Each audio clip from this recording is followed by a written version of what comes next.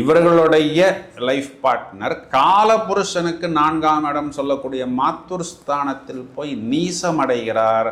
அதனால் இந்த மன உளைச்சலுடன் இவர்கள் நிறைய பேர் வேறு வழி இல்லாமல் தனிக்குடித்தனம் போய் ஏதோ நீ என்னைய என்ன பண்ணினாலும் வீட்டுக்குள்ளே பண்ணுமா, பப்ளிக்காக வெளியில் பண்ணாத அப்படின்னு இவர்கள் ஃபேமிலி லைஃப்பில் செட்டில் ஆவதற்கு கொஞ்சம் டைம் ஆகிறது. அது வரைக்குமே பார்த்தோம்னா இவர்களுக்கு ரோலர் கோஸ்டர் தான் அப்படின்னு சொல்ல முடியும்.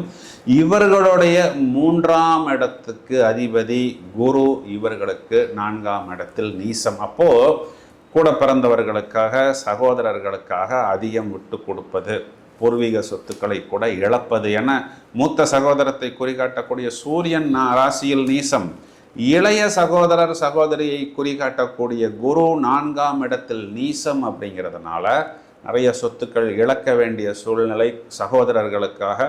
இந்த விஷயமெல்லாம் லைஃப் பார்ட்னர் உள்ள பூந்து கேட்கும் பொழுது பூகம்பம் ஆகிறது. இப்போ லைஃப் பார்ட்னர் இவர்களுடைய குழந்தைகளுக்காக தானே போராடுறாங்க. அந்த ஒரு விஷயத்தை இவர்கள் புரிந்து கொள்ள வேண்டும். குழந்தைகளுக்காக அதிகம் மெனக்கிடக்கூடிய நபர்கள் என்ன, புத்திரஸ்தானாதிபதி சாட்டானே இவங்களுக்கு ராசியில் உச்சம். மேலும் புத்திரஸ்தானாதிபதி 7ஆம் இடத்தில் நீசம். அப்போது திருமணத்துக்கு பிறகு அந்த குழந்தைங்களுடைய அன்பும் ஒரு சப்போர்ட்டும் கொஞ்சம் கம்மியாகத்தான் பொதுவாகவே இவர்களுக்கு கிடைக்கிறது.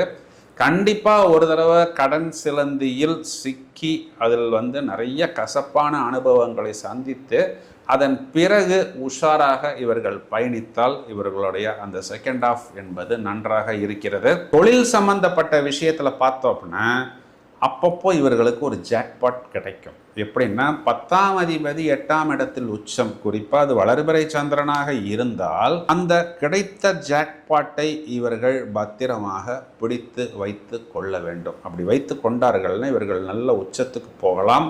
இவர்களுடைய பாக்யாதிபதி புதன் 12ஆம் இடம் சொல்லக்கூடிய கன்னியில் ஆட்சி உச்சம் மூலத்திரிகோணம். இப்போ அதிகமாக வெளிநாட்டில் போய் செட்டில் ஆகுது, அங்கே போய் குடியுரிமை வாங்கிக்கிட்டேன், க்ரீன் கார்டு வாங்கிக்கிட்டேன், அங்கேயே விசா வாங்கிக்கிட்டேன், அதெல்லாம் இந்த துளாராசிக்காரில் அதிகம் பார்க்கலாம். இவங்களை நிறைய அந்த டெக்னாலஜி சம்மந்தப்பட்ட நவீன தொழில்நுட்பம் சம்பந்தப்பட்ட துறைகளில் நாம் இவர்களை அதிகம் காண முடியும். இவர்களுடைய 10ஆம் இடத்துக்குண்டான சந்திரன் இவர்களுக்கு 2ஆம் இடத்தில் நீசம் அடைகிறது. அப்போது ஒரு தொழில் அதில் ஒரு பிரச்சனை லாஸு, அதுக்கப்புறம் எடுக்கிற அந்த 2வது தொழில் இவர்களுக்கு பிரமாதமாக கை கொடுக்கும்.